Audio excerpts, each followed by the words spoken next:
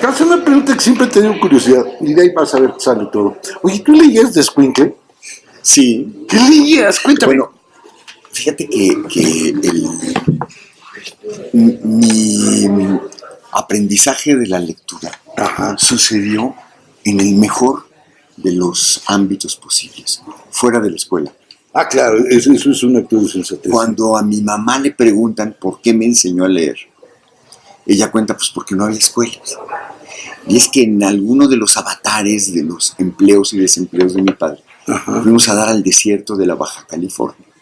Mira, ahí, Porque mis tíos lo convencieron a mi papá y a mi mamá de que había que poner un desierto en un lugar, perdón, que había que poner un restaurante en el desierto, muy cerca de donde había una estación agrícola, Ajá. donde no había donde comiera la gente. Y entonces, pero pues no era la cantina de la planta agrícola, era No, no, no. un Era restaurante en medio del desierto, al lado de una carretera, que tú la veías perderse en un horizonte y perderse en el otro. Y a como 5 o 6 kilómetros estaba el pueblo, que se llamaba Villa Constitución. Ajá. Y nosotros vivíamos en Villa Constitución, en un cuartito, y mis padres iban al restaurante. Entonces era la época en que había que aprender a leer, y pues no había nadie. Entonces lo primero que leí eran unos libros que antes de irnos allá mi padre había ilustrado, unos libros para niños, ¿ves? Donde estaba pues lo mismo El gato con botas que El varón de la castaña, que era uno de mis favoritos. Y al mismo tiempo lo que había que hacer ahí era salir con mi padre en las madrugadas a venadear, como él decía. En realidad se iba a pasear con un yaqui y me iba enseñando a leer el desierto. A leer, por ejemplo, había caca de animal y entonces me decía, mira, te voy a enseñar, esta es de borrego, esta es de venado, esta es de tlacuache. Entonces veías cómo, y luego también según la consistencia y la dureza de cuándo es. Es de ayer, es de hoy, es de hace una semana, es de semana. En la caja tú veías el color, también veías lo que había comido, entonces veías claro, si venía de por ahí muy lejos. Veías también, bueno, tenía por ejemplo la de borrego tenía una puntita, ¿no? Ajá. Y no era tan redondita. En fin, todo eso, pues es una manera de leer sí, la realidad, ¿no? Y al mismo tiempo había, por ejemplo, si tú te acercabas a un nopal y veías que el nopal había sido lamido, quería decir que hubo un venado que de dónde tomaba el agua, pues del rocío. Del rocío. Y entonces había bebido el rocío de ese nopal, y por eso ese nopal tenía una superficie distinta a los demás. Y entonces todo eso pues era una manera de leer, ¿no? Sí, claro. Y al mismo tiempo pues aprendías a leer. Cuando venía gente al restaurante, que venía muy poca, pues hacían mucha conversación. Y entonces aprendías a leer los gestos de las personas. Después platicaban de quién era, cómo era, etc. Entonces todo eso era como el descubrimiento de un mundo. Y para mí la lectura siempre estuvo vinculada a ese conjunto de cosas que había que leer, ¿no? Había que saber, por ejemplo, si un alacrán era venenoso o no, porque los niños jugábamos con los alacranes. Bueno, primero los niños de ahí, ellos me enseñaron, ¿no?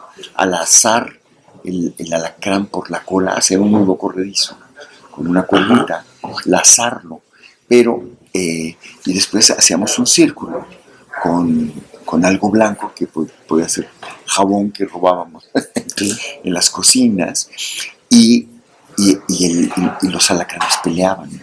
Poníamos a pelear a los alacranes. Entonces tú tenías que saber si el alacrán iba a pelear o no, si el alacrán te podía picar a ti o no, ¿no? Entonces, claro, esos juegos eran con alacranes que sí eran venenosos.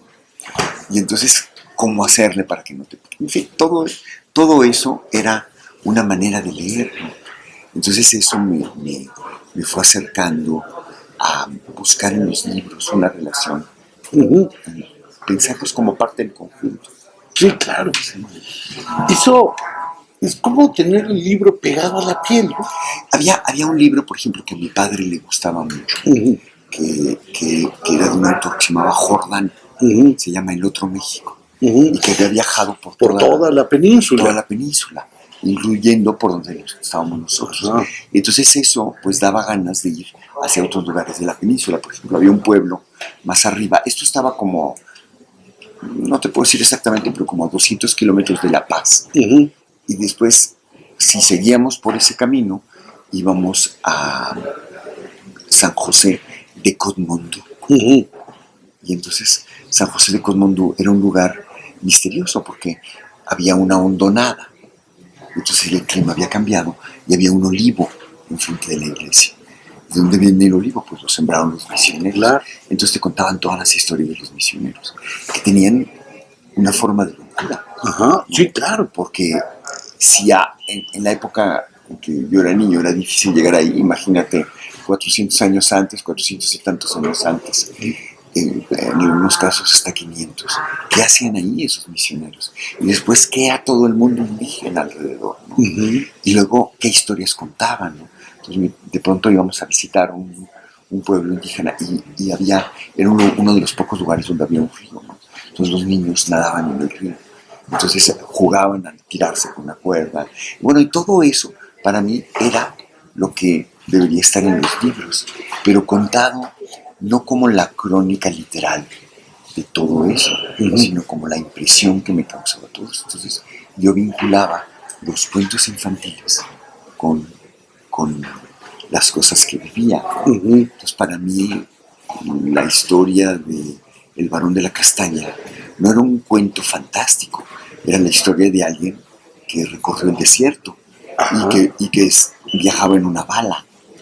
Y yo lo relacionaba con el ciclón que tocó este lugar de la península en la época en que llegamos y que arrancaba las colas las alas de los aviones. Ujú.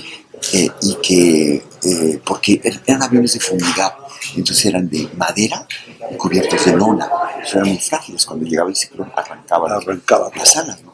Y tú las veías pasar, o las bolas, como pasan en las películas del oeste, las bolas de espina que se iban formando. Entonces todo eso para mí pues me hacía pensar que era muy probable que sucediera todo lo que contaba el varón de la castaña, ¿no? Viajar en una bala, ¿no? Perfectamente normal. Sí. Entonces, ese tipo de lecturas fueron mis primeras lecturas, de la crónica periodística de De Raúl viajes Jordán ahí. a leer las cosas de la naturaleza, a leer la imaginación, pues así, un repertorio de imaginación ancestral que son los cuentos infantiles, ¿no? Fíjate, a mí, ahorita que contabas eso, hay dos cosas que se me ocurren así rápido. Perdón que sea tan rápido.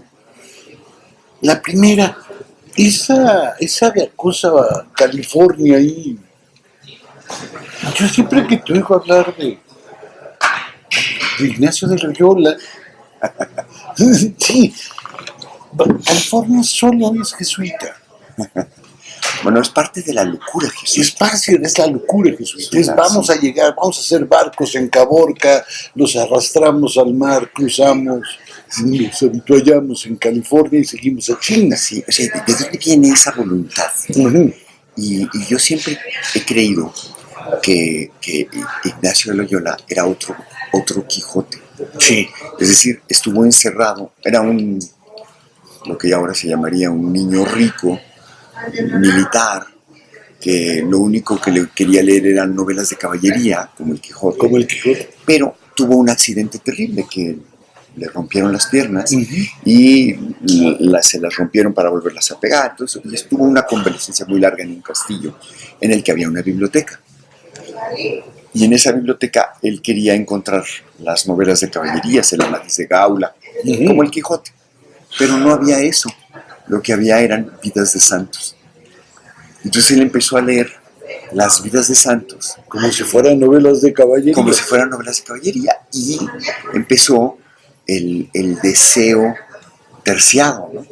Él empezó, si tú lees las memorias de San Ignacio, la autobiografía de San Ignacio, él dice, tal santo se fue en burro a Jerusalén Y dice, bueno, pues eso yo lo puedo hacer, ¿no? Claro. Y tal otro santo, pues recorrió tantos lugares sin tener una fortuna, quedándose donde le caía el sol, durmiendo bajo los árboles. Entonces digo, pues eso yo lo puedo hacer.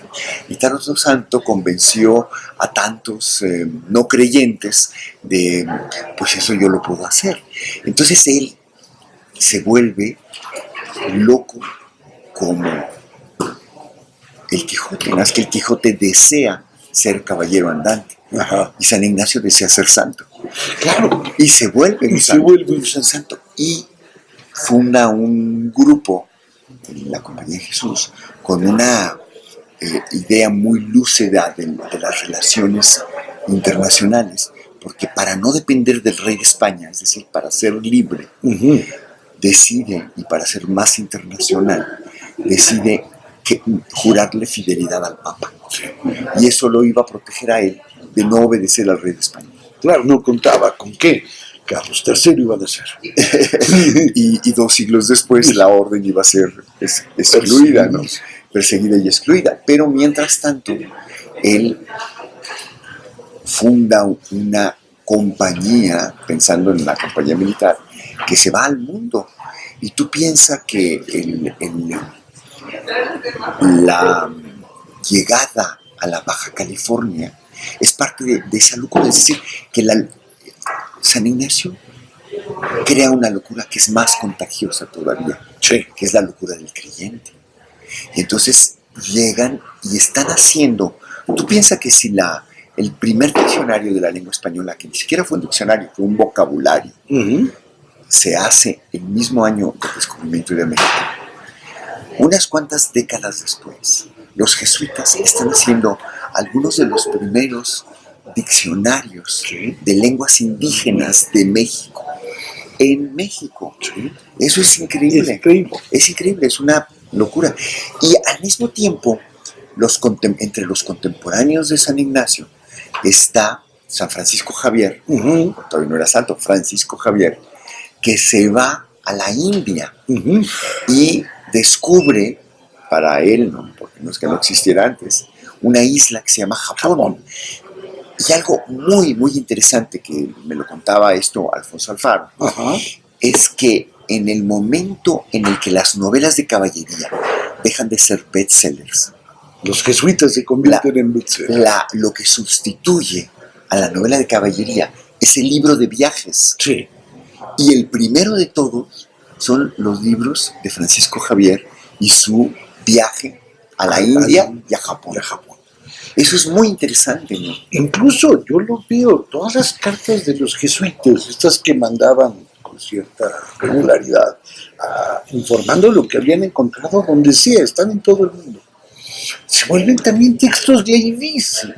Sí, pues eso es esa es la literatura. Es la nueva épica. Es la nueva épica. Es la nueva épica, ¿no? Es el nuevo descubrimiento del mundo, no solamente real y geográfico, sino el mundo espiritual. Y eso es un poco lo que hemos tratado de mostrar, una de las dimensiones que hemos tratado de mostrar en la serie de Artes de México sobre los jesuitas y la cultura novohispana y mexicana, ¿no? Después.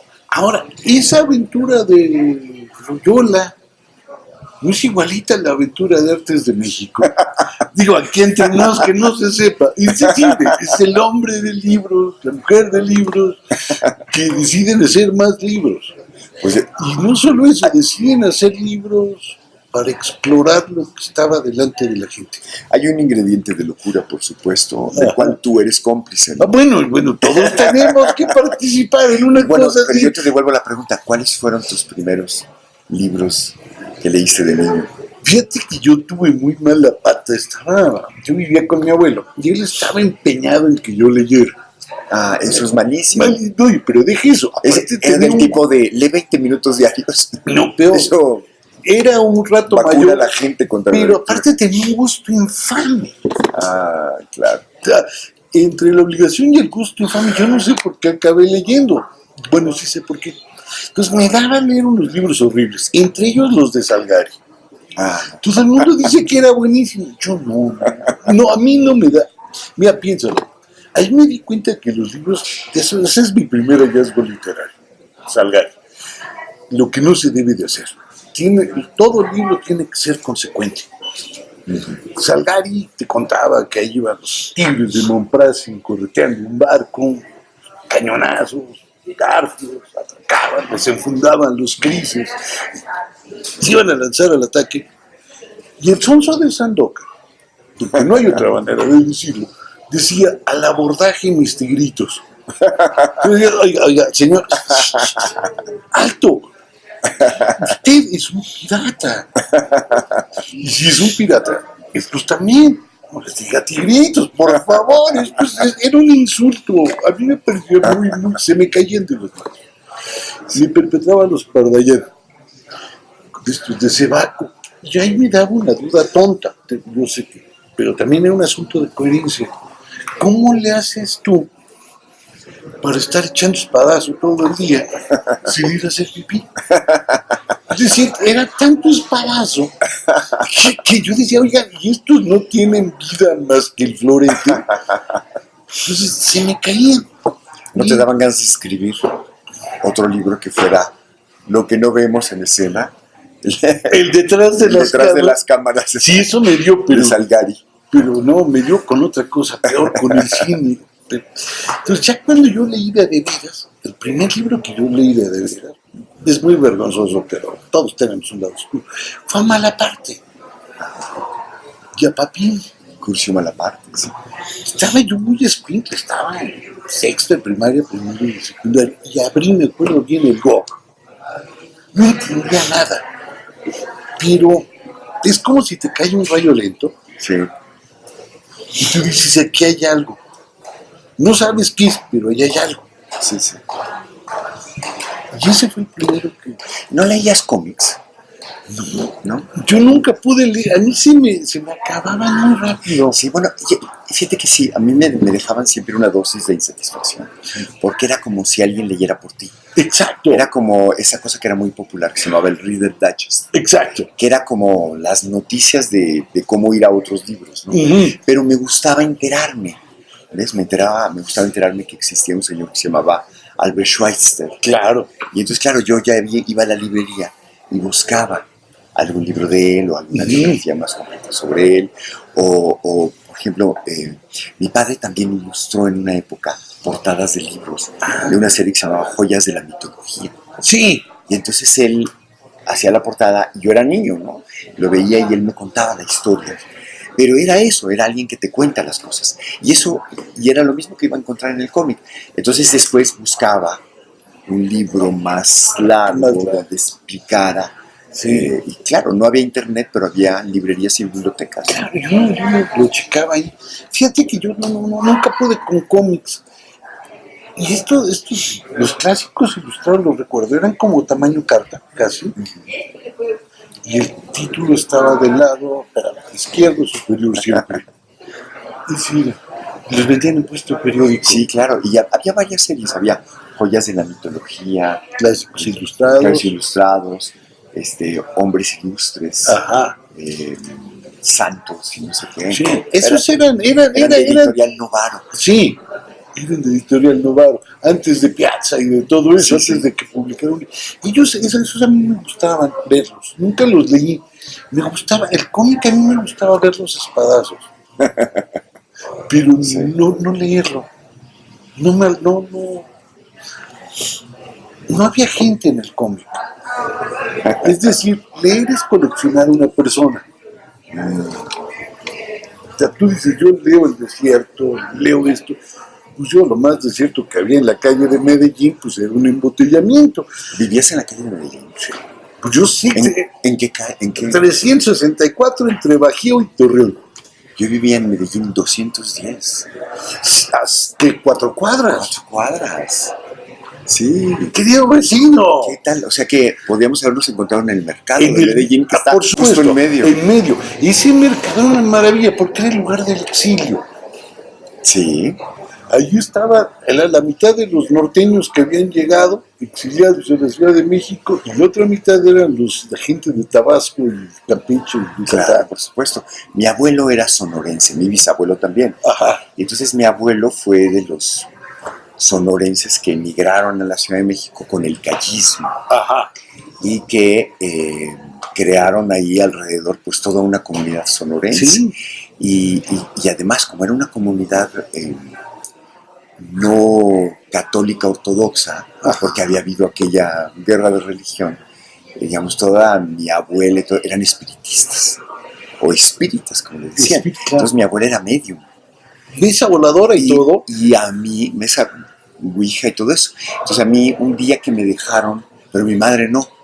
Mi madre era más ortodoxa, ¿no? Pero a la sonorense, o sea, no. Sí, no.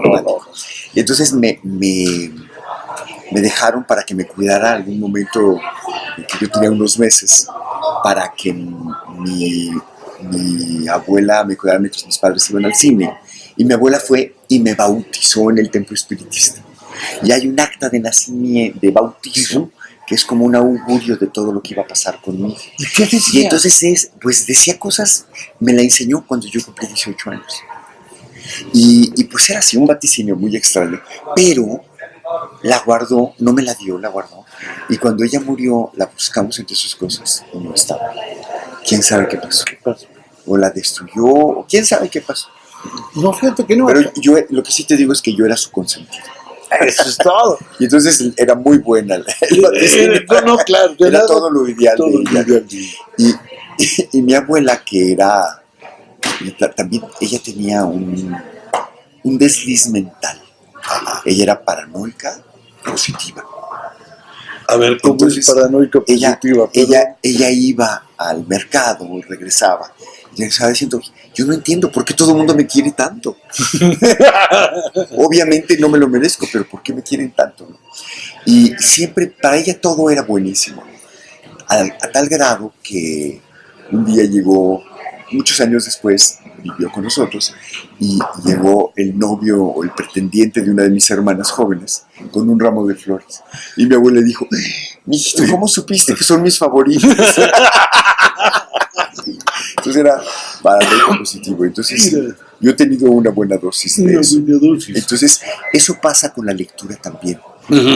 Si tú, según el tipo de paranoia que tú tengas, claro, los libros te incumben o no te incumben, te hablan al oído o no te hablan, te recetan misiones especiales, muy personales, o te invitan a salvar al mundo.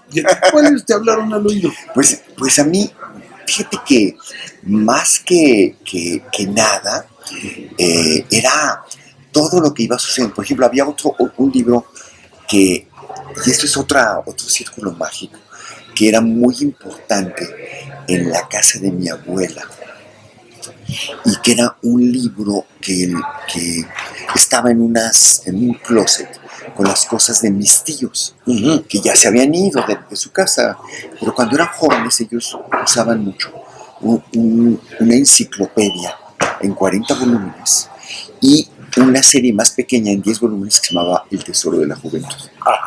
Y ese Tesoro de la Juventud era una antología, tanto de historias como de cosas que hacer con las manos. Cómo fabricar una brújula con un corcho, una aguja y un balde de agua, una tacita con agua, una cubetita con agua, ¿no? Entonces, todo ese tipo de cosas, cómo hacer un muñeco con una papa, cómo hacer un timbre eléctrico, ¿no? Con alambre y una batería, ¿no? Todo eso para mí fue así como un llamado, la mezcla de nuevo de la historia, de lo narrativo y de las cosas que había. Y me interesaba también muchísimo todo lo que tenía que ver con lo que yo podía explorar en la noche, porque desde niño yo era insomne, como lo cuento en mi elogio del insomnio. Y en esa misma casa de la abuela yo veía pasar las mulas a las 4 o 5 de la mañana cargadas de las verduras para el mercado de Medellín. No sé si a ti te tocaba que pasaba, porque yo creo que, yo no sé si venían del sur y pasaban por ahí, y lo tuyo ya era el norte. Era el norte del mercado. Al norte del mercado, lo mío era al sur del mercado, entonces todavía pasaban las mulas. Entonces yo las veía pasar y al día siguiente le pedí a mi madre o a mi abuela que me llevaran al mercado con ellas, y yo lo que quería era ver las mulas, porque era una época en la que la gente iba al mercado todos los días. Ah, claro. No había tanto refrigerador. No. No había, por ejemplo, si te ibas a bañar, ibas a comprar el combustible, que era una bolsita de papel rellena de acerrín, mojado un poquito en petróleo, que era con lo que se calentaba el agua que ibas a usar para bañarte. Sí, todo era inmediato. Todo era así, era parte del día a día, ¿no? Y lo mismo las lecturas. De ahí la relación con el cómic y con la biblioteca que había que hay todavía en el Parque México. La redondita. La redondita. Y yo iba a otra más, que está más cerca de tu casa, que está enfrente del Benito Juárez. Sí. La Benito Juárez. La Benito Era Juárez. más pequeñita. Todavía existe. Todavía está ahí, Todavía la biblioteca. El otro día Sí. pasé por ahí, donde está esta cosa que venden plantas y todo eso. Exacto. Ahí sigue esa biblioteca chiquitito. Exacto. Y eran bibliotecas juveniles, Sí, sobre todo eran para... Sí. Y ahí uno podía encontrar muchas cosas, ¿no? Ujú. Sí, yo en la casa sí había cosas muy... No había libros buenos. Había muchos libros de derecho. Sí, no. Incluso yo sé cómo empecé a leer otras cosas por los odios de mi familia. Eso es buenísimo. Sí, no. No hay mejor recomendación de lectura que Los odios. que la gente que odia algo. Pero acá era un odio raro. Y mi familia odiaba a Cuevas. Odiaban a Cuevas porque todos eran nacionalismo mexicano y escuela mexicanista de puño alzado. O sea, Eran de Siqueiros. de Siqueiros, La pero cortina de nopal. del como decía nopal, Cuevas. duro. Y entonces, cada vez que en el Excelsior aparecía un cuevario, a la hora de la comida, a José Luis le mentaban la madre, todos, no había nadie que no le mentara la madre. Entonces yo dije, bueno, un hombre que merece tantos insultos, Algo tiene debe que haber. estar de mi lado. Y entonces yo le empecé a leer, me acuerdo bien que era cuando estaba dibujando las cosas de Kafka. Y eso te llevó a leer acá. Kafka. Y luego cuando estaba dibujando lo de Dostoyevsky, es decir, mi guía literario era él. Es que lo fabuloso de la lectura es que cualquier cosa te puede llevar a la lectura.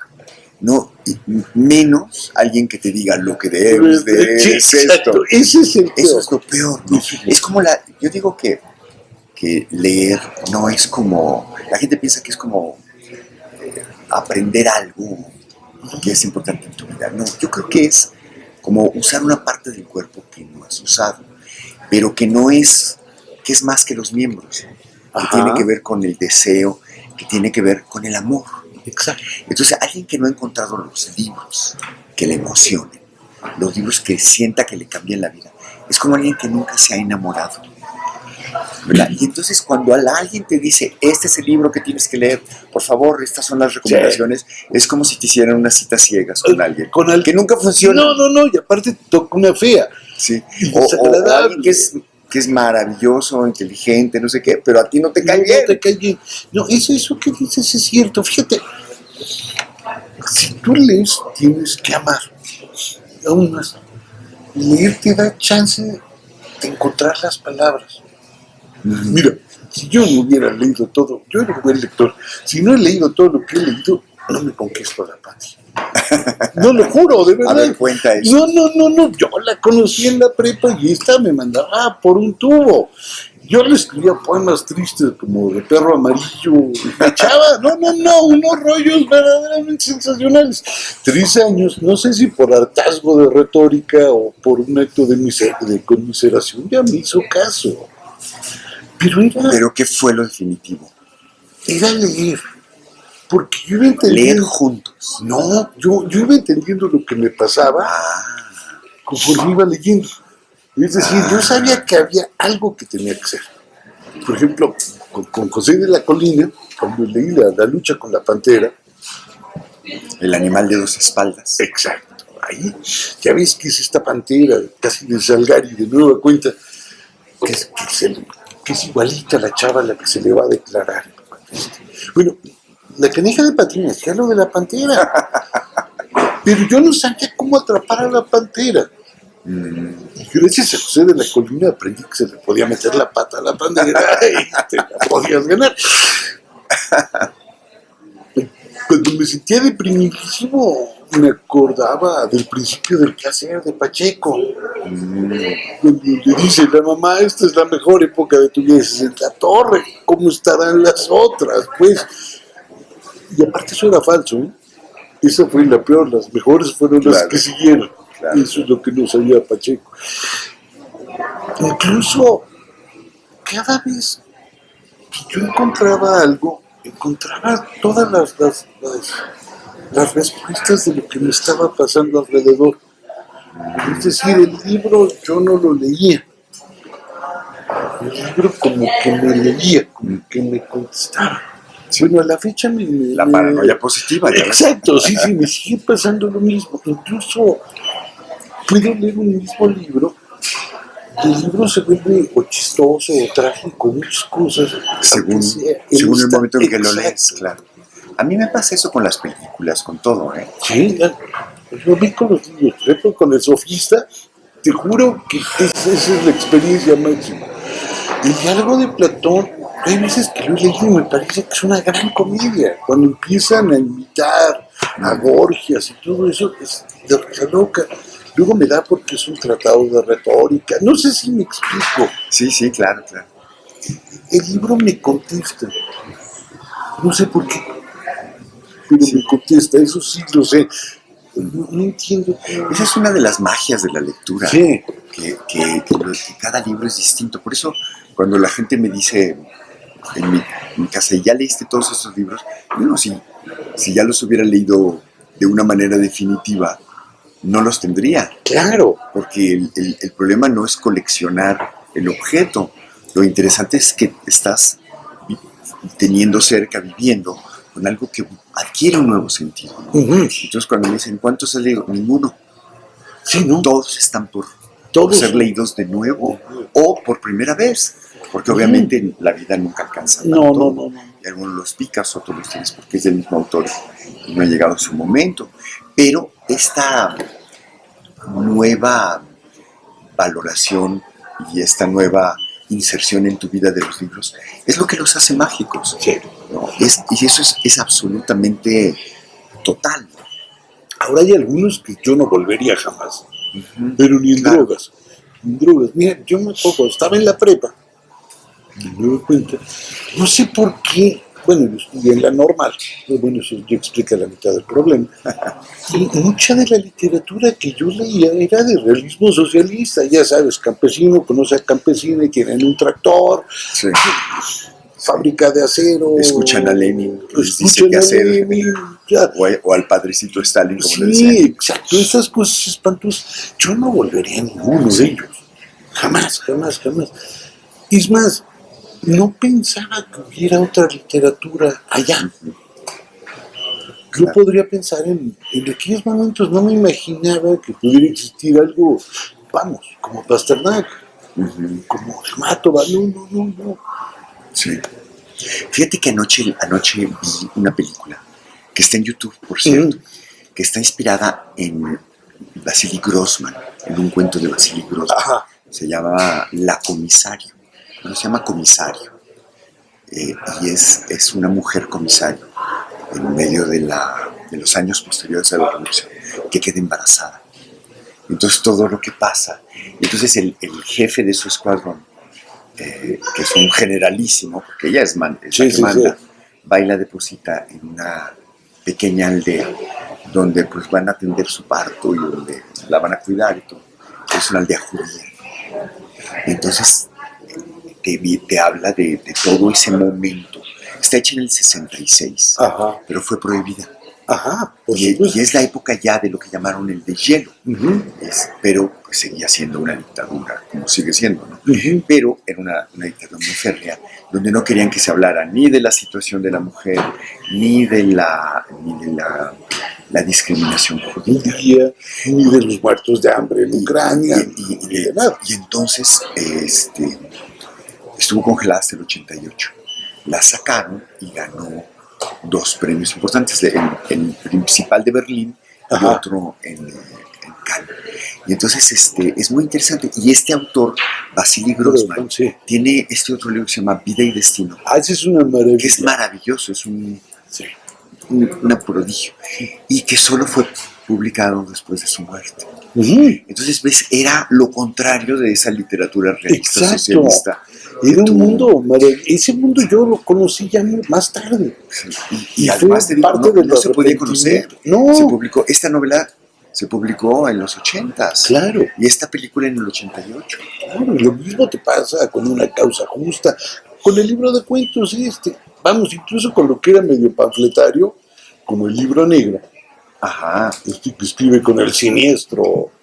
sí, Ay, que se me acaba de olvidar. sí, el de Y- Juan Juranito, Sí, con Ilya Ehrenburg. sí, con Illa Ehrenburg. Que era más o menos panfletario, no era conocido por acá. Hay Sí. un asunto. Ahora cuéntame, ¿y cómo te vuelves editor? Bueno, entre esos avatares de mi padre, Ajá, que hacía portadas, en aquella época no es como ahora, sí, no, en la que con la computadora, pero ni siquiera es como la época anterior, en la que había una especie de calcomanías para hacer las letras. Las letras tenían que ser dibujadas. Ujú. Y entonces mi padre tenía un catálogo de tipografía inmenso y él escogía qué letra era la más apropiada para cada una de las portadas. Y a mí eso me parecía prodigioso, ¿no? Y el por qué elegir una letra y no otra, eso me parecía fascinante, ¿no? Porque, ¿qué quiere decir una letra compatible? ¿Qué quiere decir? El espacio entre las letras era algo que él tenía que decidir, ¿no? Y cómo había una lógica para decidir ese espacio, ¿no? La O se mete un poco en la T para que se vea como una M al lado de una N. En fin, todo eso era una lógica de editorial que comenzaba a inquietar. Y después él tenía y me regaló mi primer tipómetro. ¿Ves? Que era una cosa más prodigiosa que la regla de cálculo. La regla de cálculo la usaban los ingenieros y a mí me parecía que el tipómetro, que además podía medir diferentes puntajes e interlíneas, era maravilloso. Entonces él me enseñó a ver en un periódico cómo medir, cómo hacer, cómo calcular qué espacio necesitabas para cada texto. Y después ya cuando yo hice periódicos escolares. Era tu tipómetro de esos que tenían la cabecita medio redondita, así, sí, y luego exactamente. bajaba así. Y en una regla con una cabecita redondita. Y un agujerito para colgar, ¿no? Porque en los talleres se colgaban un clavito. Pero yo todavía lo tengo. Y te mide líneas Ágata, o sea, todos puntos Didot, todo un lenguaje de la profesión de hacer libros, que a mí me parecía fascinante. Y después, cuando podía, él me llevaba al lugar donde paraba la tipografía de las editoriales donde él ¿Con linotipo? En los periódicos con linotipo, pero donde hacían libros era con prensa plana, entonces era con cartográfica, ¿no? Entonces tú veías cómo escogían, qué combinaban con qué, y eso me pareció fascinante siempre, ¿no? Por eso, para mí, el usar la palabra diseño para hablar de diseñar una página, para mí es un neologismo que viene del mundo industrial. Para mí, la palabra apropiada es composición, porque los tipógrafos decían vamos a hacer la composición de la página. Entonces el editor, lo que ahora llaman diseñador o diseñador gráfico, era un compositor, ¿no? Y ahí fue donde comenzó Después ya en cuanto a los contenidos y todo eso, ya fue la época escolar, ¿no? En la secundaria y en la preparatoria. Yo siempre quería estar en la actividad extraescolar que consistía en hacer los periódicos. ¿Por qué te ponías a los periódicos? Bueno, pues para empezar había que escribir crónica de lo que sucedía y al mismo tiempo cuentos. Mucho era la crónica de la vida cotidiana del colegio, ¿no? Incluso muchas veces con problemas, porque por ejemplo yo recuerdo que había una cosa que a mí me parecía increíblemente inútil, que era toda la ceremonia de medallas.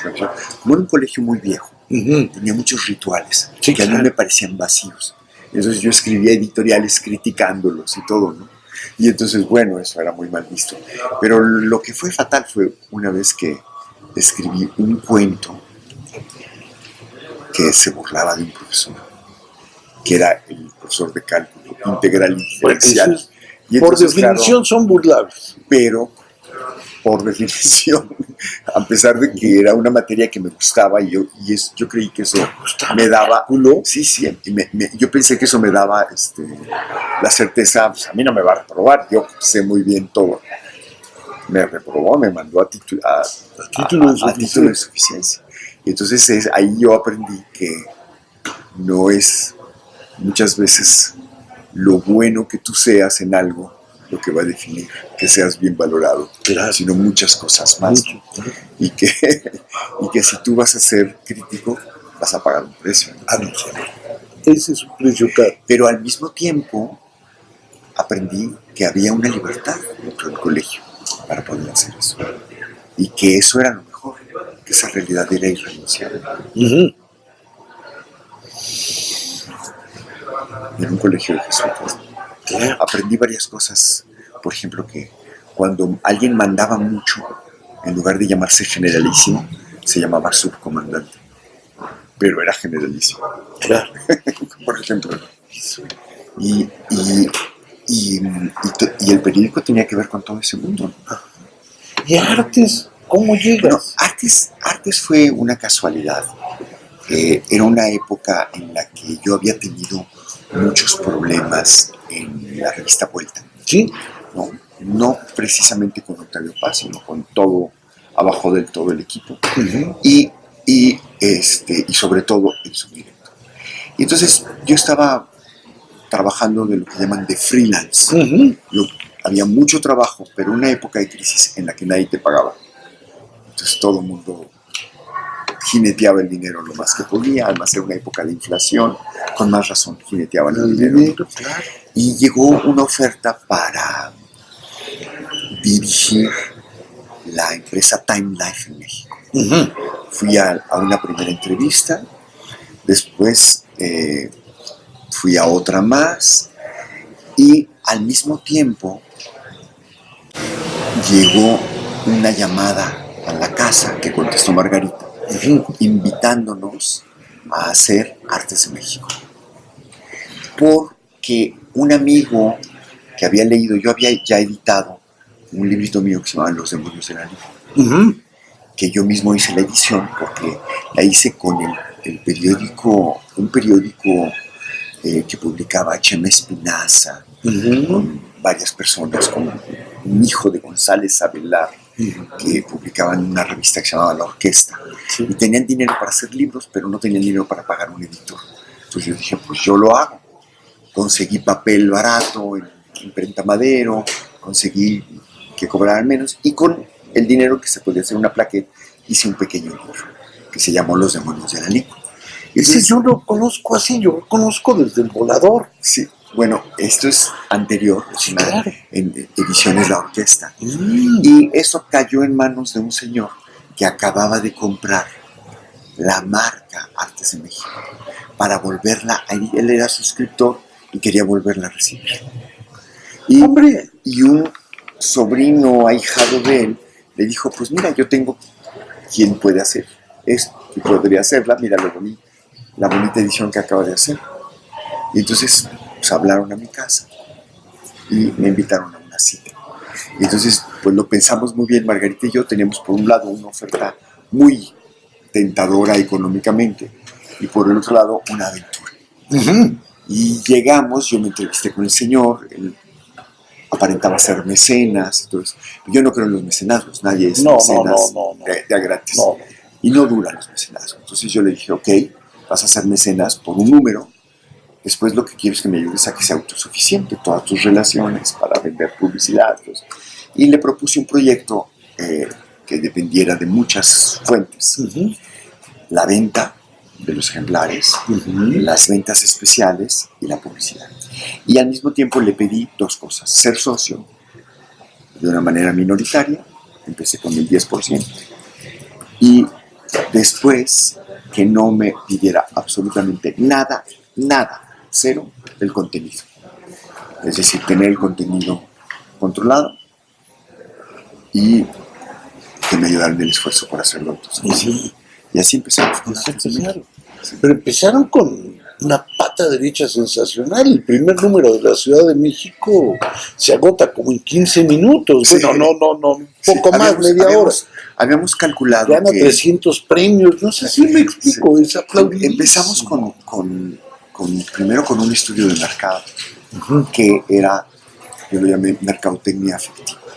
A ver, ¿cómo es eso? ¿Cómo funciona la mercadotecnia? Te estoy hablando de hace 30 años. Sí. Hice la lista de todas las personas a las que les podía interesar, qué ámbitos les podría interesar una publicación así.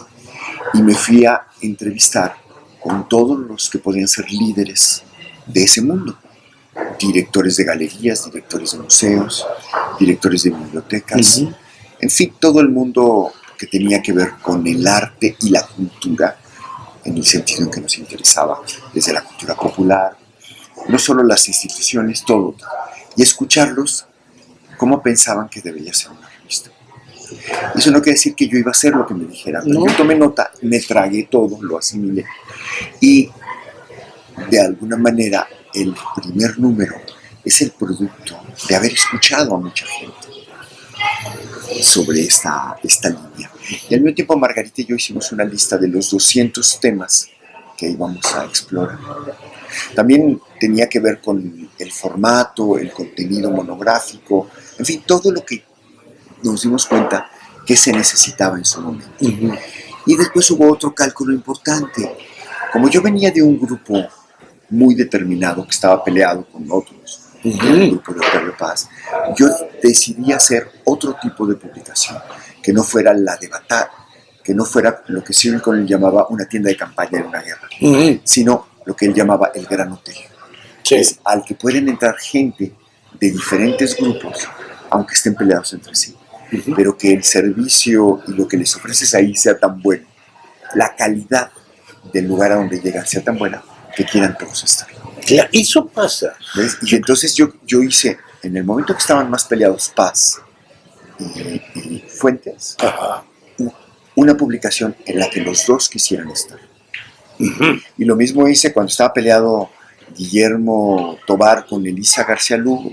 Yo los puse a todos, porque yo les decía, yo no necesito que coincidan, yo necesito que confluyan. Exacto. En una plaza pública todos confluyen. Y no tienen que pensar igual, es más, es mejor que no piensen igual, pero tampoco es el lugar para que se peleen. Sí, era convocar a platicar. Convocar a confluir en algo en que estábamos todos de acuerdo, que es lo mejor de México. Y entonces, eso fue muy importante. Calculamos que si publicábamos, o sea, un libro que publica 5,000 ejemplares y se vende, es muy bueno. Si se vende en un año o dos, es buenísimo. Bueno, publicamos 5,000 ejemplares y se agotó en una semana. Sí. Entonces fuimos ajustando después. No puedes publicar todos los ejemplares que te pida la gente, porque tiene que haber, sobre todo si está subvencionado el precio, tiene que haber una relación con lo que entra en publicidad. Tiene que haber un equilibrio en todo. Entonces ajustamos en 12,000 ejemplares al principio. 8,000, 10,000, 12,000 ejemplares, digamos, después de 3 números. Y después la posibilidad de vender más, si alguien quiere más, la idea de mantenerlo todo vivo y reimprimir. O sea, en principio no lo hemos logrado ahora, porque incluso con la crisis actual, con el congelamiento de la actividad económica que ha producido el nuevo régimen, pues no podemos hacer. Hemos tenido incluso que reducirnos, ¿no? En lugar de hacer 4 números al año, vamos a hacer 2. Si nos va bien, llevamos 1. Y digamos, las reglas de todo están cambiando, ¿no? Sí. Esperemos no tener que desaparecer. Nunca sabes. Todo es posible. Claro que todo es posible, pero sería tristísimo. Pues lo que sí sabemos es que sigue siendo necesario lo que hacemos. Sí. Pero necesitamos buscar cómo financiarlo sin depender de una sola fuente.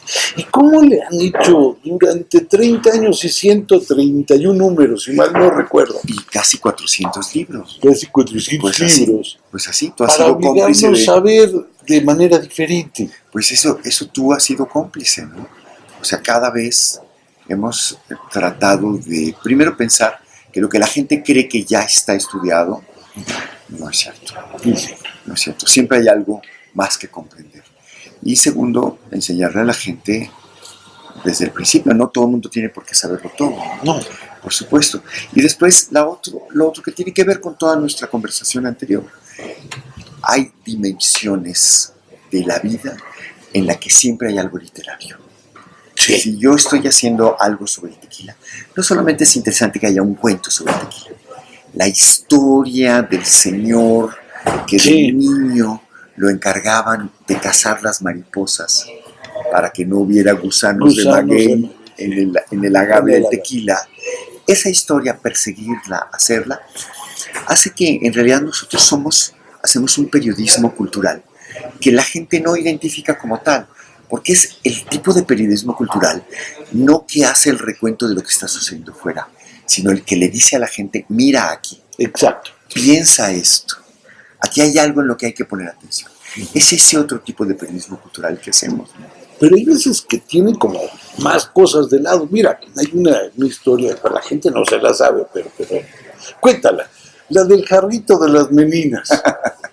Bueno, Esa es una historia. Digo, miren que sobre las meninas ha corrido tinta, vamos. bueno, tiene que ver con Mira ahí.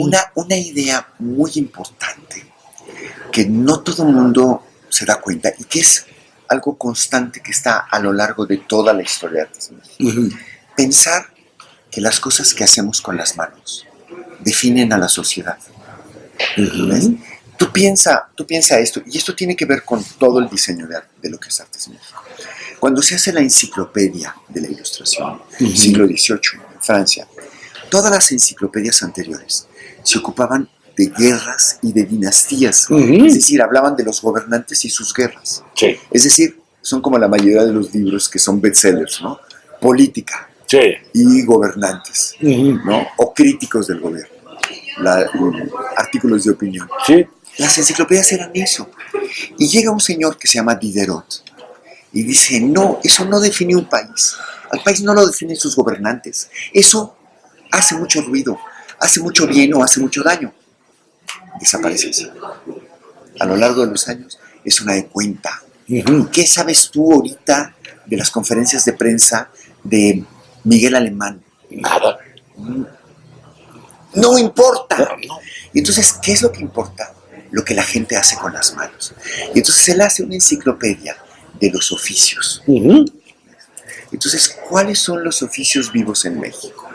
Pues lo que la gente ve, mucho de lo que ahora llamamos artesanía. Y entonces nos fuimos a ver todo lo que había por hacer. Entonces, por ejemplo, una artesanía muy famosa ahora, hace 30 años, no había sido estudiada a fondo. O sea, te estoy hablando hace 30 años, 1988, o sea, hace 31 años. No había sobre la Talavera de Puebla más que un libro de 1935 y un folletito de los 70. ¿Qué es eso? ¿Por qué se llama Talavera? ¿En qué consiste? ¿En qué es diferente de las cerámicas que se hacen en México? ¿Qué sentido tiene? ¿Por qué es importante? Y entonces pusimos todas nuestras baterías reflexivas, poner a Octavio Paz a reflexionar sobre esto, ir a los talleres, entrevistar a los artesanos, grabarlos, ¿no? Fotografiarlos, documentar todo lo que haya. ¿Cómo llegó eso a la Nueva España? Los historiadores del mundo nuevo. Todo eso, sintetizarlo en algo que sea un menú para la gente que no sabe nada del tema, pero también para la gente que cree que sabe todo, descubra algo, y para la gente, incluso los que más sepan, líneas de investigación. Exacto. Entonces, esa síntesis, tú creas algo que es una especie de enciclopedia de lo mexicano, algo dedicado a la cerámica de Talavera. Lo publicamos y eso ha sido reproducido, citado, a veces sin citar. Han hecho cientos de películas documentales, muchísimos libros, siempre usando esto. Es una referencia. Sí. Eso es lo importante. Es la enciclopedia de lo mexicano. Pero entonces vamos de viaje. Bueno, y algo que descubrimos es que esta Talavera de Puebla, la literatura de todos los días de España, tú ves que esta es cerámica de pobres. No es como la cerámica china de porcelana, que es fina y la tienen en la corte. Esto es de pobres. Y incluso Cervantes y Lope de Vega dicen, sí, es de pobres, y como los pobres es algo que se lava, porque es la cerámica vidriada, a diferencia de las cerámicas que se hacían en la Nueva España, que son pulidas, no van al horno 2 veces, por lo tanto no tienen una superficie impermeable. Y esto sí, pero dicen, es cerámica de pobres. Tú llegas a España, vas al Museo del Prado, vas a ver este cuadro espectacular que se llama Las Meninas de Velázquez, que es un cuadro de corte, una corte austera, que además es la de Felipe II. Y tú ves que ya hemos leído todo sobre ese cuadro, incluyendo todo lo que escribió Michel Foucault. Y nadie comenta la presencia en medio del cuadro de un jarrito de cerámica en el que le ofrecen agua a la infanta Mariana, es decir, a la princesa. Y dice, caray, ¿qué hace esto aquí? ¿Será de México? Parece cerámica de Tonalá. Entonces, si este cacharrito sobrevivió y no se rompió, o algunos similares sobrevivieron, están en alguna bodega o en algún museo, porque todo lo que haya de esa corte está en el museo.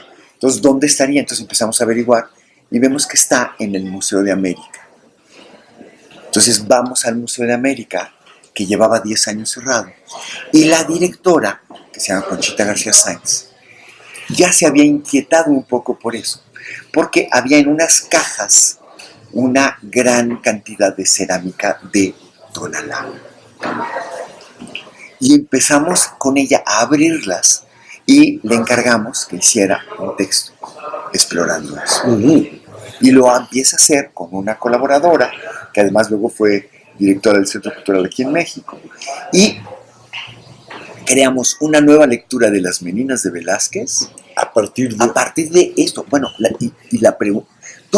todo lo que hagas interesante surge de preguntas, de cosas que realmente no sabes. Claro. Y que a lo mejor nadie sabe y que hay que averiguar. ¿Por qué en un cuadro de corte aparece una cerámica que era menos valiosa todavía que la cerámica de pobres, que nunca iban a poner en un cuadro? ¿Por qué?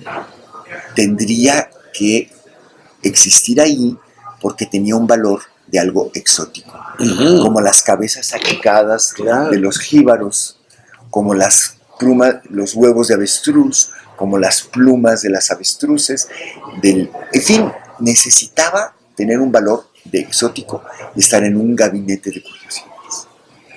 Y entonces, Conchita, bueno, vamos a ver cuáles son los relatos de viajeros de la época. Y hay Thomas Gage, que escribe que esta cerámica le encantaba a los viajeros europeos por, entre otras cosas, porque si la partían y se la comían las mujeres embarazadas, les quitaba la náusea, por la química de la piel. Y entonces tú ves que tiene un valor y empieza a circular en las cortes y entre los nobles como algo curiosísimo. Además mantenía la humedad, en fin, era algo que merecía la pena.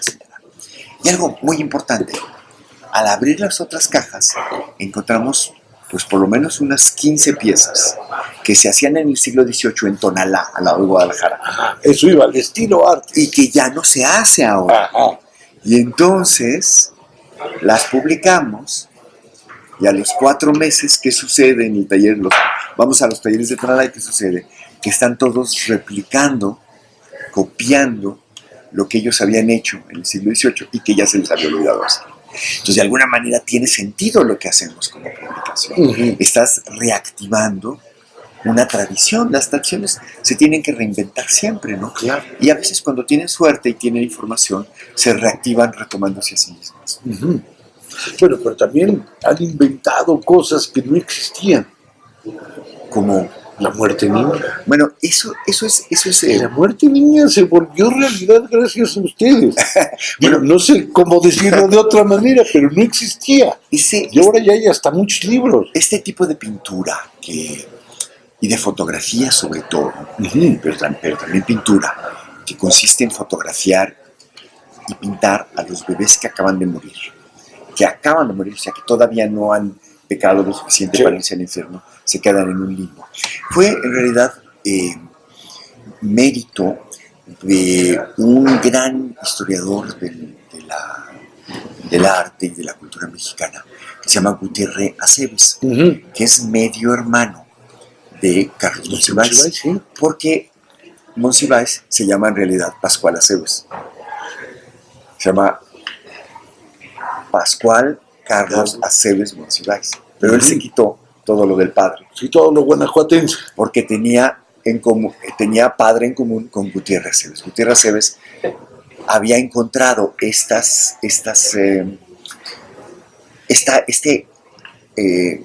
pintura, este arte, había comprado junto con Jorge Esquinca una colección de fotografías. Y a la hora que nos propusimos hacer una edición sobre esto que llamaban Entierro de Angelitos, el nombre me parecía de lo menos apropiado. ¿Ves? No era tan bello, era un poco cursi. Mucho. Pero lo interesante es que no encontramos más ensayos sobre esto. El ensayo, había noticias de que existía, pero el ensayo de Gutiérrez es realmente pionero. Bueno, lo publicamos, él lo había publicado como una plaqueta, lo publicamos y investigamos más y documentamos mucha pintura, incluso desde la Nueva España, sobre esto, y también invitamos a muchos pintores contemporáneos a que lo volvieran a hacer. Pero descubrimos que, por ejemplo, Frida Kahlo tiene su niño muerto. Diego Rivera tiene su niño muerto. Muchos de los pintores de su época, María Izquierdo, todos tienen su niño muerto. Y algo interesante en lo escrito es que, si bien no había ensayos sobre esto, había mucha literatura, que es la prueba de cómo la literatura existe y la poesía existe. Es algo de lo que la gente debería aprender a identificar, porque es lo que hace que sea imprescindible leer, porque hay cosas que no vas a encontrar en ningún otro lado. Porque esta realidad tan dura que es que se muera un niño y que la gente lo pinte y lo fotografíe, existe más en la poesía y en la novela. Claro.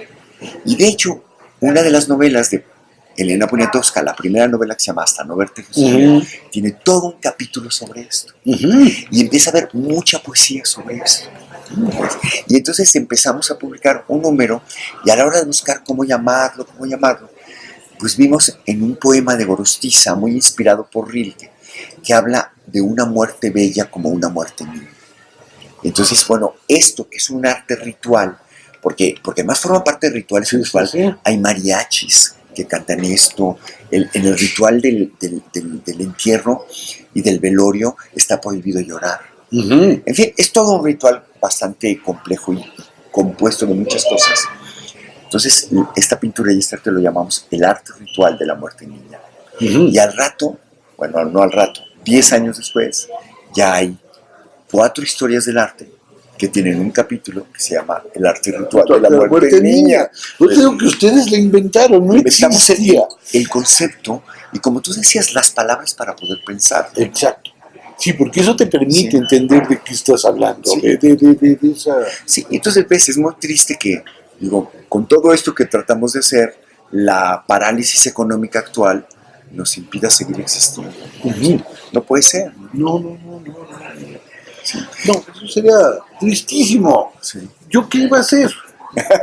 No, para nosotros tu presencia en este proyecto es muy importante. No me chives, verdad, Alberto, tú lo haces solo por chivarte. Aportas muchísimo tu sabiduría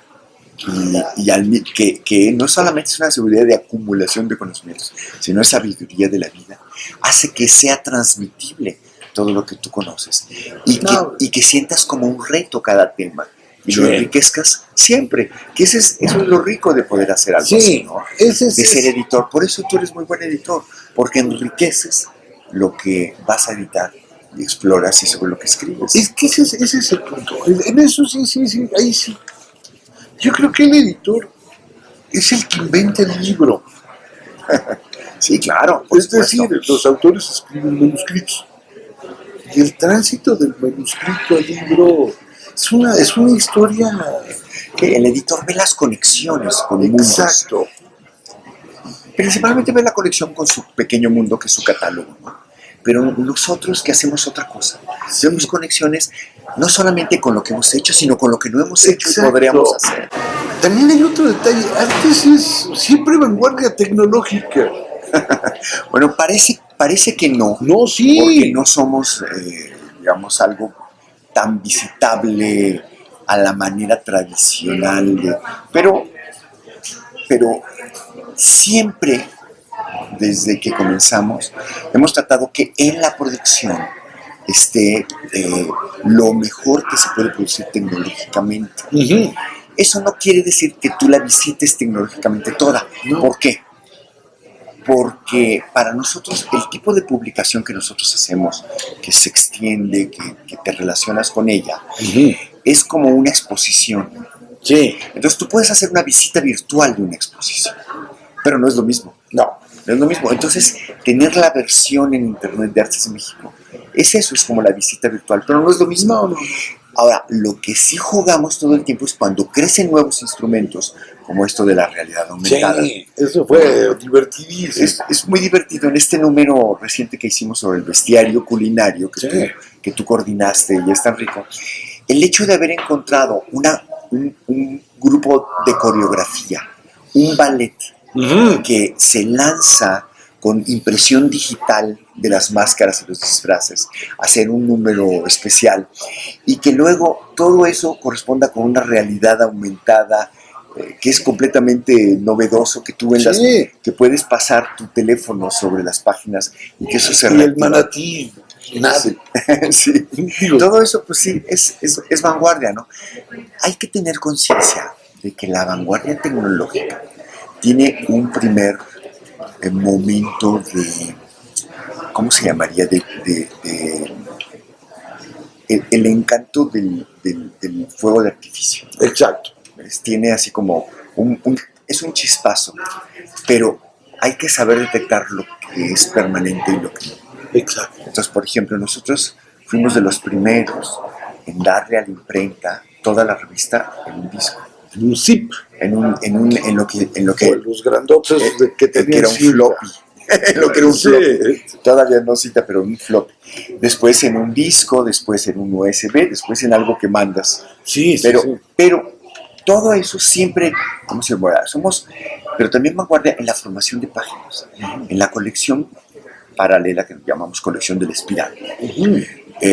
Antes de que hubiera la tecnología de las computadoras para la formación tipográfica, incluyendo el espacio entre las letras, que se llama kerning, uh-huh, antes de que las máquinas pudieran hacer eso y que había que hacerlo manualmente, hicimos libros con computadora para demostrar que con un trabajo artesanal puedes doblegar a la computadora para hacer tipografía tan bien hecha como se hacía a mano. Sí. ¿Ves? Pero la computadora sola no puede. Necesitabas a alguien que lo hiciera. Bueno, eso, algo muy interesante es que nuestro aporte fue estudiado para poder introducir el programa que lo haga. ¿Ves? Y otra cosa muy importante es que nosotros encargamos una tipografía. ¡Ay, cierto! ¡Lectura! Que la hizo Leo. Sí. Leo Vázquez. Leo Vázquez, que se llama Lectura, que estudia cómo debe ser la relación entre cuerpo del tipo y distancia entre los tipos para que sea la más fácil de medir. ¿No? Y bueno, pues existe, está publicada, la publicamos en un libro maravilloso que se llama 101 aventuras de la lectura. Sí, y aparte Lectura tiene una maravilla, es una fuente bien bella que no se ve. Sí, ¿ves? Eso es justamente su función, ¿no? Funciona, es invisible. Entonces todo eso es innovación tecnológica que tú introduces sin mucho aspaviento, uh-huh, pero que está ahí y que realmente es un avance. Uh-huh.